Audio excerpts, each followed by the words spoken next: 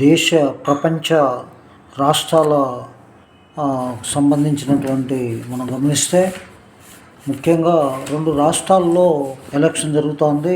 Tamil Nadu and బెంగాల్లో. అక్కడ తొలి విడత పోలింగ్ జరగబోతుంది.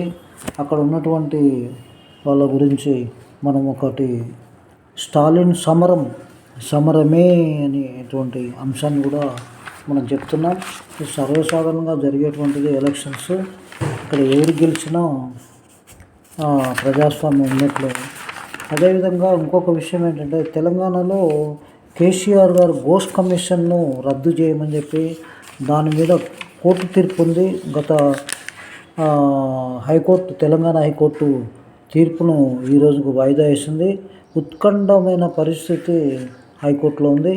అదేవిధంగా కేసీఆర్ గారు సభ పెట్టడం, అదేవిధంగా రేవంత్ రెడ్డి సభ పెట్టడం, హరీష్ రావు మిగతా వాళ్ళంతా కూడా ఢిల్లీకి వెళ్ళి దీని మీద తీర్పు వ్యతిరేకంగా వస్తే ఏ విధంగా చేయాలని చెప్పి ఇంకొకటి సీఎం రేవంత్ రెడ్డి మీద ట్రోల్ చేస్తూ ఆయన ఓటు నోటు కేసుకు బెయిల్ రద్దు అయితే ఏమవుతుంది, జైలు పోతాడు, పదవి పోతాడు అని చెప్పి ప్రచారం ముమ్మరంగా వీళ్ళు చేస్తూ ఉన్నారు. అదేవిధంగా ఇక్కడ ముఖ్యంగా కొసమెరుగు ఏంటంటే, గతంలో ఒక వ్యక్తి ఎమ్మెల్సీగా ఉన్నటువంటి కాకినాడలో ఒక సుబ్రహ్మణ్య అనే దళితుని చంపి పార్సల్ చేసినటువంటి కేసులో ట్రయల్ నడుస్తుంది కోర్టులో సాక్షులు చెప్పనికపోతే బెదిరిస్తున్నారు.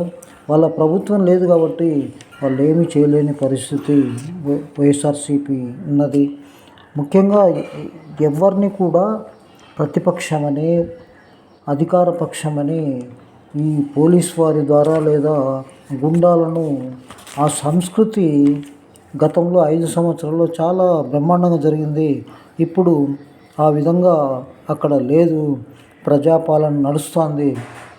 కాబట్టి మనకు ముఖ్యంగా దీని పరిస్థితిని పూర్తిగా అవగాహన చేసుకుంటే తెలంగాణలో ఒక ఇన్సిడెంట్ మనం చెప్పుకోవచ్చు. మాజీ ఎమ్మెల్యేలు, మాజీ మంత్రులుగా ఉన్న వాళ్ళు ఆంధ్రజ్యోతి మీదకి దండయాత్ర దాడి చేయడానికి వస్తే పోలీసులు తిప్పికొట్టి కేసు బుక్ చేశారు. అది ప్రజాస్వామ్యంలో ఎవరికైనా ఒకటే, ముఖ్యమంత్రి అయినా, ఎమ్మెల్యే అయినా, మినిస్టర్ అయినా ఒకరికి చట్టం అనేటువంటి అంశాన్ని చెప్పకనే తెలంగాణ ప్రభుత్వం, రేవంత్ రెడ్డి గారే హోంమంత్రిగా ఉన్నారు కాబట్టి వాళ్ళకు కేసు బుక్ చేశారు. ఒక ఆంధ్రజ్యోతి ఎవరి పని వారు చేసేదానికి కూడా ఈ యొక్క దౌర్జన్యాలు చేయడం కరెక్ట్ కాదు. అదేవిధంగా 36 గ్రామాలు 4900 హెల్మెట్లు సత్ఫలితం ఇచ్చిన అరైన్ అలేవ్ తండాలు పల్లెల్లోని ద్విచక్ర వాహనదారులకు హెల్మెట్ ధారణపై చేపట్టిన అవగాహన కార్యక్రమాలు సత్ఫలితాలను ఇస్తున్నాయి.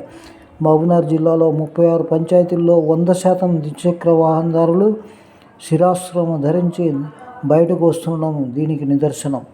ఇది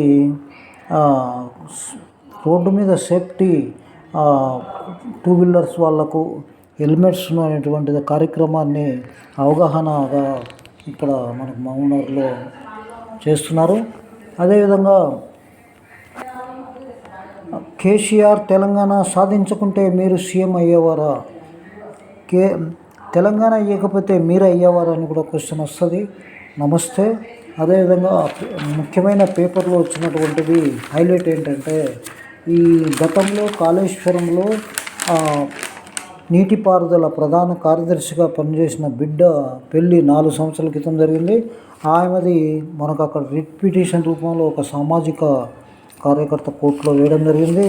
దాని మీద కూడా విచారణ చేపట్టే అవకాశాలు కనిపిస్తూ ఉన్నాయి. ముఖ్యంగా ఈరోజు ఉత్కంఠభరితమైనటువంటిది కేవలం ఒక ఘోష్ కమిషన్ కాళేశ్వరం మీద దాన్ని కరెక్ట్ కాదని చెప్పి లూప్ హోల్స్ను పట్టుకొని బీఆర్ఎస్ పార్టీ కేసీఆర్, కేటీఆర్, హరీష్ రావు వీళ్ళందరూ కూడా కేసును ఫైల్ చేసింది. ఏ విధంగా జరుగుతుందో చూడాలి. ఇది ఈరోజు ఈ యొక్క జడ్జిమెంట్ వేయడానికి ఒక 10 రోజుల క్రితం అదే రోజు ఉన్నది. మళ్ళీ ఎందుకో ఈ రోజుకు వాయిదా వేశారు. ఈరోజు జడ్జిమెంట్ రాబోతుంది. ఏ విధంగా ఉంటుందో తెలంగాణలో అనుకూలమా ప్రతికూలంగా వస్తుంది అనేది గమనించిన తర్వాత ఈవినింగ్ ఇంకొక వీడియో నమస్తే, థ్యాంక్ యూ వెరీ మచ్.